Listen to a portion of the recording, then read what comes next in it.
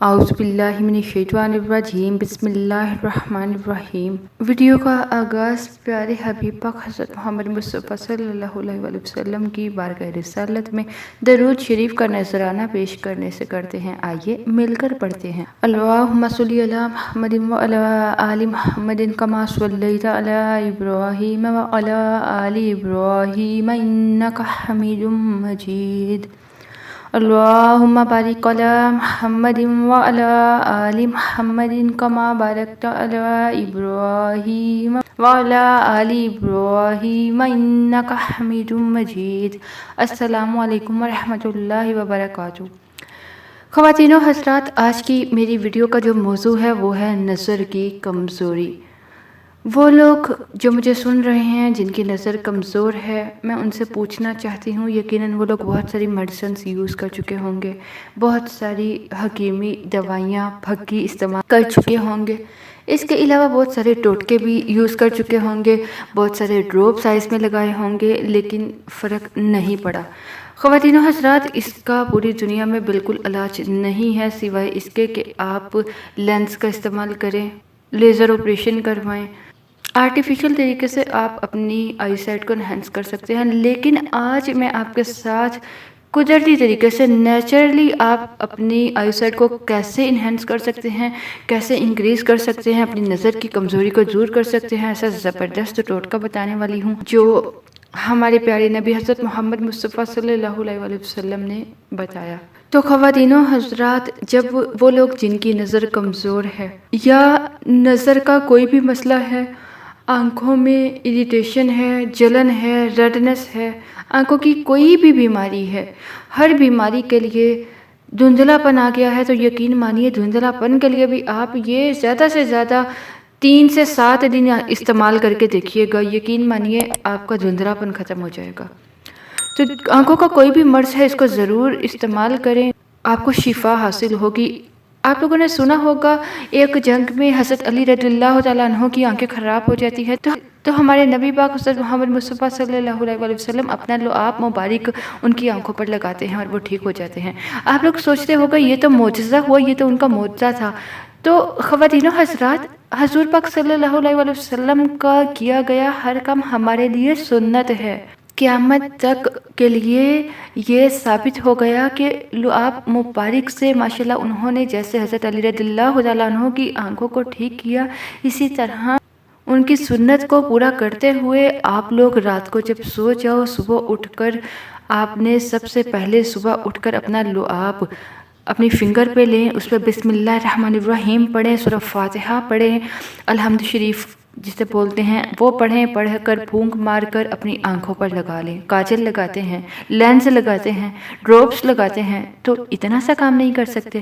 کر کے دیکھیے، آپ خود حیران ہوں گے کہ آپ کی نظر 2 سے 3 ماہ کر لیں اور اس کے بعد آپ آئی سائٹ چیک کروا لیں، ٹیسٹ کروا لیں، یقین مانیے اتنا اچھا خاصا فرق نظر آئے گا کہ آپ سب کو بتائیں گے کہ بھئی میں نے اس طرح کیا، سنت پر عمل کیا اور میری آنکھوں کی بینائی تیز ہو گئی۔ تو آپ لوگ بھی ضرور کرو۔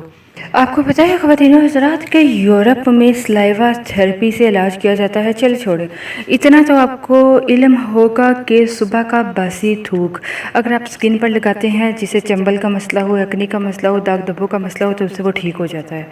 اتنا تو آپ لوگوں نے سنا ہوگا نا۔ تو اسی طرح سلائیوا آنکھوں پر لگانے سے نظر کی کمزوری دور ہوتی ہے، اینک اتر جاتی ہے۔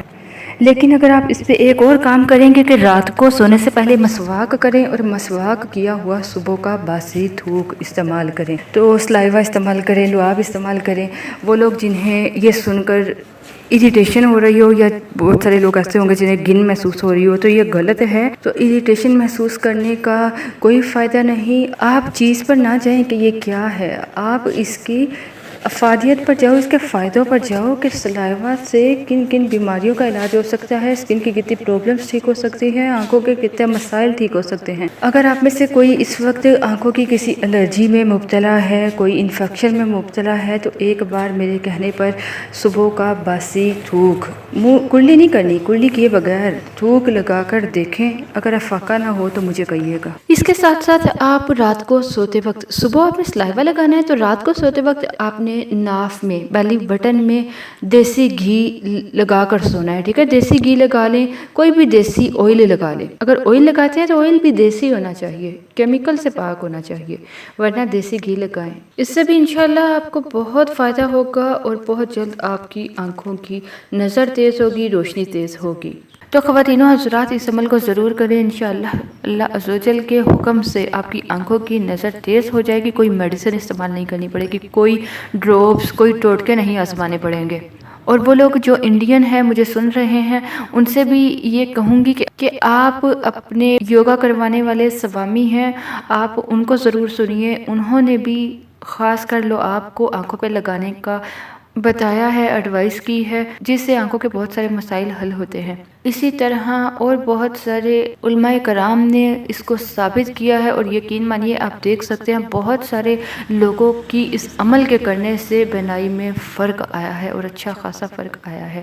آپ ضرور یقین رکھ کے اس عمل کو کریں، آپ کی بینائی میں بھی بہت انشاءاللہ اضافہ ہوگا۔ بہت سارے لوگ کہتے ہیں ٹائم ویسٹ کر دیا، اتنا بولا اتنا بولا، ڈائریکٹ نسخہ بتایا کریں، ڈائریکٹ ریمیڈی بتایا کریں۔ تو خواتین و حضرات آپ لوگوں کے ساتھ یہ جو تھوڑی بہت 1-2 منٹ کی بات چیت کی جاتی ہے، اسی لیے کی جاتی ہے کہ اس نسخے سے ریلیٹڈ ہوتی ہے، وہ بات حوالہ دینے کے لیے کی جاتی ہے۔ میں حیران ہوں کہ ابھی پیچھے میں نے ویڈیو میں وٹامن ڈی کی کمی کے لیے کھجوروں کی ریمیڈی بتائی اور اس میں کھجور کا حوالہ دیا جو ہمارے نبی پاک صلی اللہ علیہ وسلم نے فرمایا، حدیث شریف کا حوالہ دیا، اور پھر بھی لوگ کہتے ہیں کہ آپ لوگ ٹائم ضائع کرتے ہیں۔ اگر آپ لوگوں کے پاس حدیث شریف سننے کا ٹائم نہیں ہے، بہت حیرانگی کی بات ہے، آپ لوگ ادھر ادھر ٹائم ویسٹ کرتے ہو، اتنی ویڈیوز دیکھتے ہو، پتہ نہیں کیا کیا کہاں کہاں ٹائم ضائع کرتے ہو، حدیث شریف سنتے ہوئے آپ لوگوں کو یہ ویسٹنگ آف ٹائم لگتا ہے۔ خدا را ایسا نہ کریں، آپ اپنا اتنا ٹائم اور کاموں میں لگاتے ہیں تو دین کی باتیں سننے میں بھی تھوڑا سا وقت لگا لیا کریں،